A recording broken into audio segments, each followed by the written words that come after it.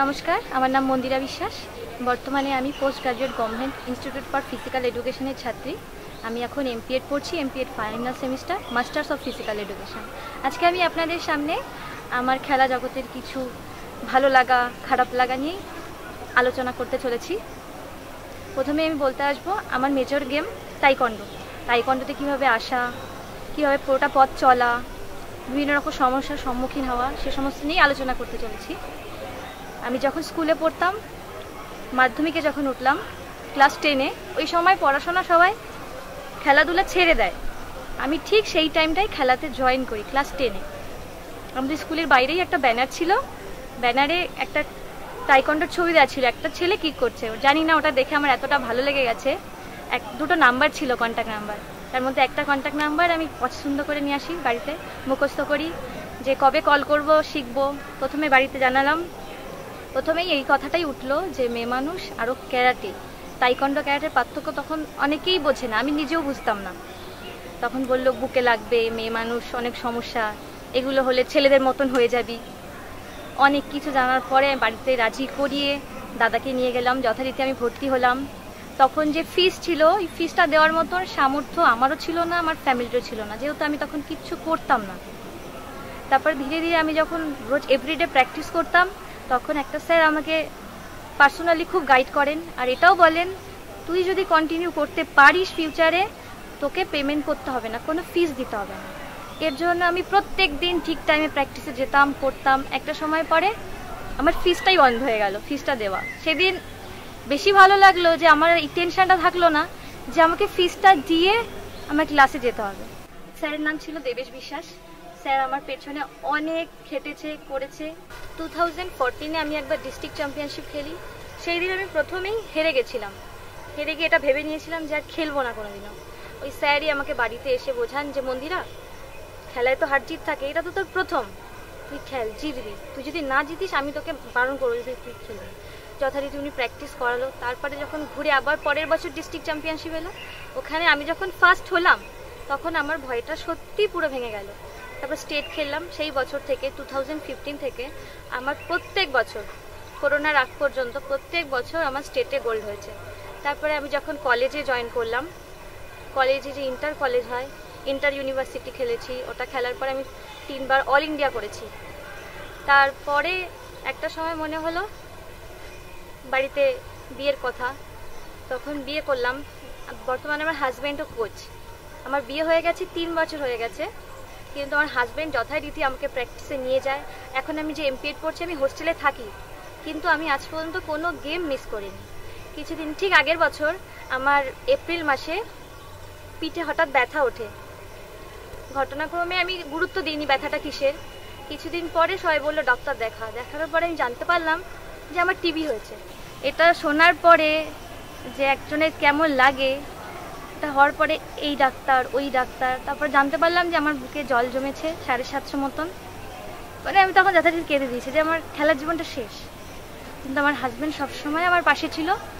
যত রকম ডাক্তার দেখিয়েছি, তারপরে টিবি ঘরে আমার রেজিস্ট্রেশন হয়েছে। এমনকি ওখানকার স্যাররা আমাকে এইভাবে বলতো, ওয়েট মেশিনের পরে দাঁড় করিয়ে উনি আমাকে বলছে তোমার কিন্তু টিবি হয়েছে, তোমাকে খেতে হবে, মেডিসিন নিতে হবে।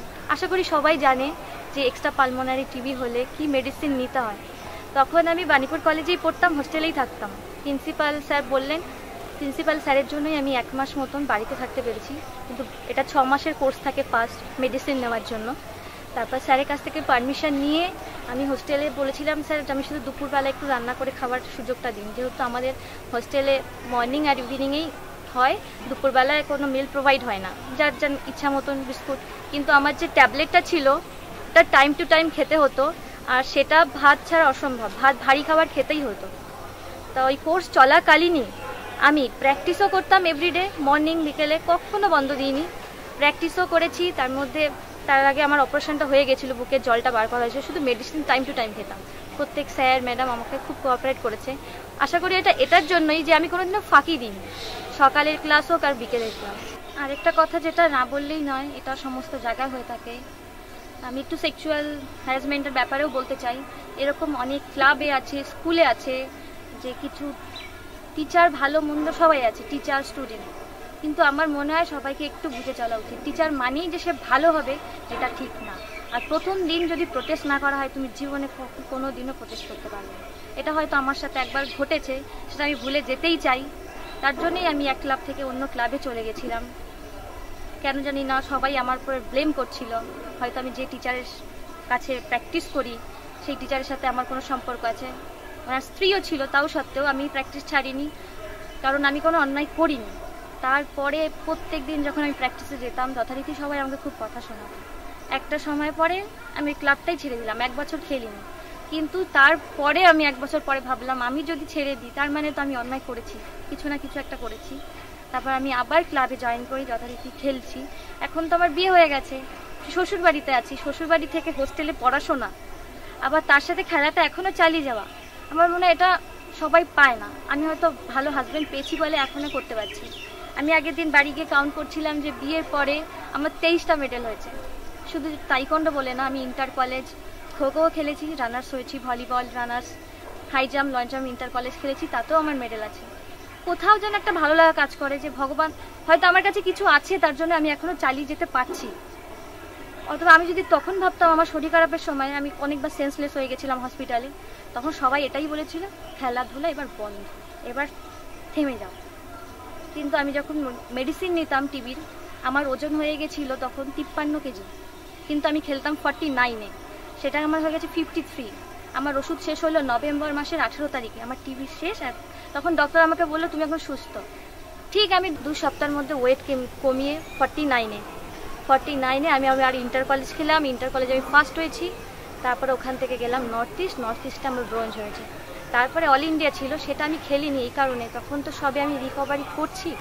তারপরে ছিল খেলো ইন্ডিয়া, যদি আমি অল ইন্ডিয়া যেতাম তাহলে আশা করি খেলো ইন্ডিয়া মেডেলটা হতো না। সারা জীবন খেলাধুলার সাথে থাকতে চাই, তার জন্য তো এমপিএড পড়ছি। কোর্স কমপ্লিট হয়ে যাওয়ার পরে আমার ফিজিক্যাল এডুকেশন টিচারের থেকে আমার ইচ্ছা যে আমি এনআইএস করবো, কোচ হব, তাহলেই আমি এই অ্যাক্টিভিটির মধ্যে সারা জীবন থাকতে পারবো।